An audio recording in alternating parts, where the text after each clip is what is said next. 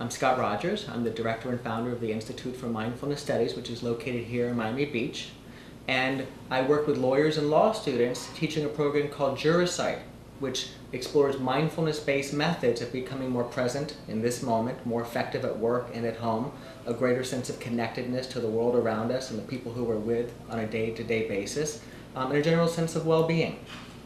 My interest in mindfulness goes back to really even before law school, but law school presents sort of a formidable moment. I was with my then fiance, now wife Pam, and she was interested in exploring meditation. And I had always had a sort of a sense of being present and the value of really trying to be here in this moment, and had throughout law school caught my mind when I went into the past and caught my mind when it got lost in the future with worry and anxiety, with all the sorts of things that can happen in law school. And so I was always keen on that way of relating to the world. Pam said, let's do something that's really this interesting meditation thing, because it's supposed to really focus and ground and be just important all the way around. So there happened to be a wonderful person, Marty Peters at the University of Florida, who was on staff. She was she worked with the law students and with stress reduction and all these sorts of things, and she taught transcendental meditation. That was what this initial approach was, because she had been trained when she was in her earlier days, directly when she was traveling around the world. So Pam and I took the Transcendental Meditation, or TEM course, with Marty, and it really is a focusing of the mind. At the heart, that's what it is, a focusing of the mind. It's being able to sit, right, have one thought as an object of attention, to be able to put it in front of you and hold it there. And at the time, neuroscience wasn't really all that relevant. It wasn't really talked about. As it relates to it, people who practiced knew that it had this quality of deepening the mind, clarifying, etc. But it was really thought about a little differently, and the reason that we explored it was perhaps a little differently, but it clearly had this focusing, grounding quality to it. So that sort of was the beginning of this sort of, there's something interesting here in this world of formal meditation or formal practice. Very shortly afterward, I became interested in Zen practice, and then shortly after that, an aspect of Zen called mindfulness meditation, or Vipassana meditation. And so, as I graduated from law school, as I went on to do a series of these wonderful judicial clerkships, as I went on to work with law firms, as I went on to become general counsel for a company, as sort of my legal career went through this wonderful journey, I had the practice of mindfulness there to really support and ground, right? And I think meaningfully play a role in me in these situations, so that I was feeling a sense of well-being, so that I was feeling effective, so that I was in fact effective, so that I was in fact able to share with those around me a well-being and have their well-being impart itself on me. So this was a very important part of my journey through law. At the same time, Pam and I got married. We had children, and so as it relates to relationship, the marital relationship with Pam, and then Millie, our first daughter, and then several years later, Rose, our second daughter, being in this world, a human being with everything that's going on in and of itself, being a lawyer in this world, being a husband in this world, and being a father in this world, all of these wonderful experiences that this life has to offer us were really profoundly integrated through the mindfulness practice. And so I've always been interested in talking about and sharing with parents and with attorneys this thing called mindfulness. And what I found, which was really interesting over the years, was that a lot of people got it very quickly. When you talk about the mind that wanders and getting lost in the past with regret and doubt and those sorts of feelings, and then the mind getting sort of caught up in what hasn't yet happened and may never happen with anxiety and frustration and all these sorts of things, everyone says, yes, that's what happens. We all know that experience. And then the value of bringing it back to this moment, to this place right here, everyone gets that too. Initially, at the very beginning, I began working with parents in mindfulness.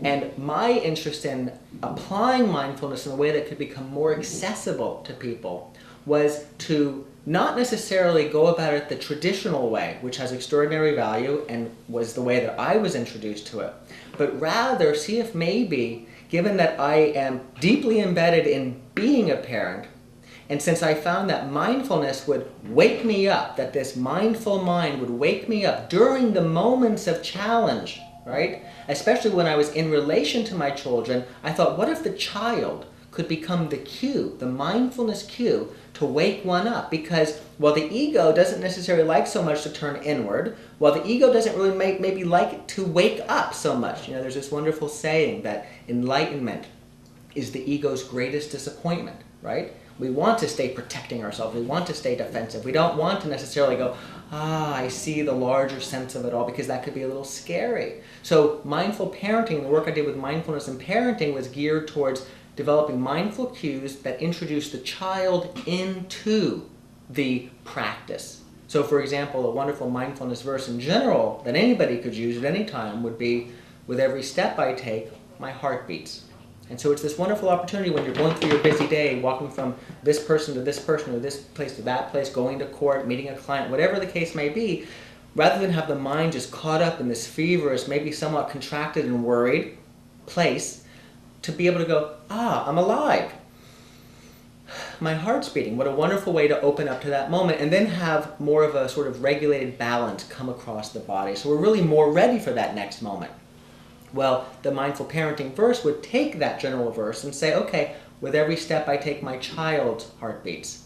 And parents find that that is a little bit more interesting, perhaps. That's a little more memorable. And it also reminds us that our child is here somewhere in this world while we're going about our busy day. So it takes root perhaps a little bit in a different sort of way. And then when a person does it, they also feel that sort of sense of something bigger than themselves. So that was the way in the early part of this century, in 2002, 2003, I began to work with parents, developing a whole program that would use imagery and other forms of ways of relating to our children into the meditation or into the practice itself. Now, law, I did not think was ready for that in two respects. One, the meditations, the visualizations, the verses was not necessarily going to take hold unless somebody was really interested in going into that sort of way of practice in the first place. So I thought that was something that was going to have to therefore relate in the legal context differently. Still, to introduce legal terms, legal imagery into the practice, but not necessarily in that same vehicle that I would with parents.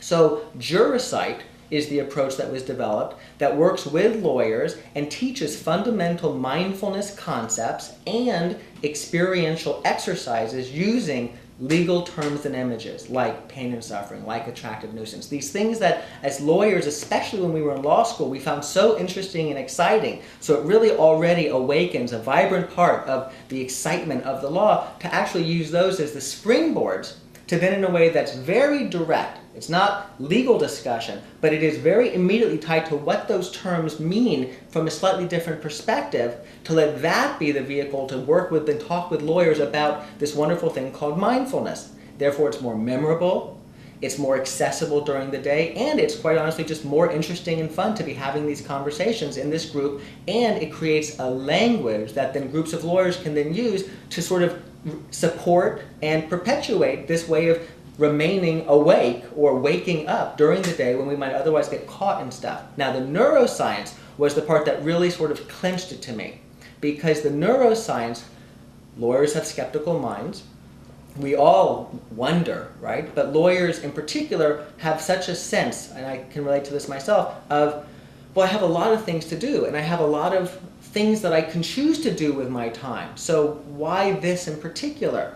And so when the science began to really come out in the popular literature, in wonderful books and wonderful articles that were drawing on research that had been going on not that long, maybe 15 or 20 or 25 years, but in the past 10 years maybe really picking up steam, so that finally this critical mass or this tipping point hit. And now all of a sudden the books were coming out and the popular media was reporting the effects of meditation or mindfulness practices in particular, but meditative practices in general, and even all of life's experiences on the brain, so that the brain actually changes, which we never thought was possible, in response to our experience.